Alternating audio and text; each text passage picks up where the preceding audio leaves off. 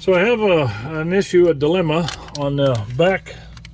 This is a washer and dryer plugs, and I've already wire brushed these to some extent to clean them up.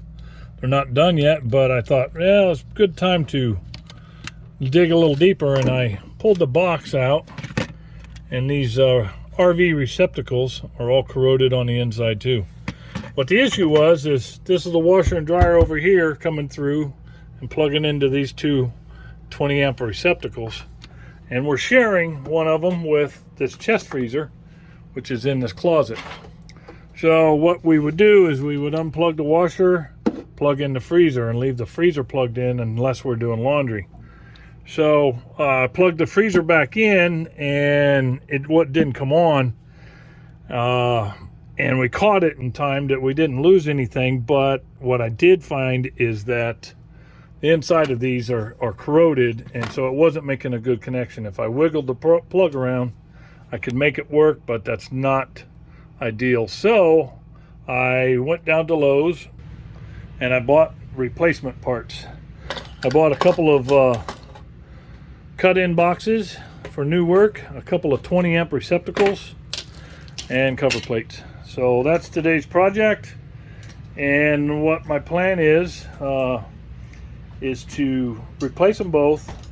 The one for the dryer is going to be dedicated to the dryer. Even though the original one that came out is a single 20 amp receptacle. You can tell they're 20 amp, by the way, because they have this little leg off the side of the spade. That signifies this is a 20 amp circuit. If it were just two straight cuts like that, it would be a 15 amp circuit. Anyway, these are both 20 amp, so they can handle with the washer and the freezer combined. I'm going to put a duplex in there, and they'll both stay plugged in all the time. And the freezer has an alarm in it, so we'll be good for watching that also. So that's today's project.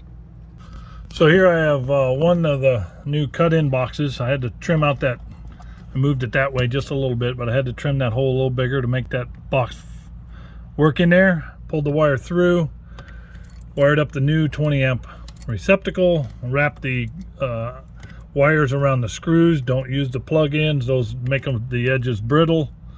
Anyway, I looped them through the screws, tightened, and wrapped it with tape. Even though it's a plastic box, I like wrapping it in tape because I do. Tape is cheap. So on to doing the second one now. There, it's in the box. Second box, cut-in box is in. I just got to snug it down and then wire in the receptacle. And there you have it, folks. Top one is dedicated to the dryer. I put a piece of tape over the outlet so that it doesn't get used. I cleaned up the prongs on all these two receptacles, and the freezer itself comes up and plugs in to that 120 amp circuit. Is dedicated for the freezer and the washer. It won't overload, there's not enough amps there. The dryer gets its own. So that's how I replace a sometimes works, sometimes doesn't receptacle on the back of this Entegra Anthem.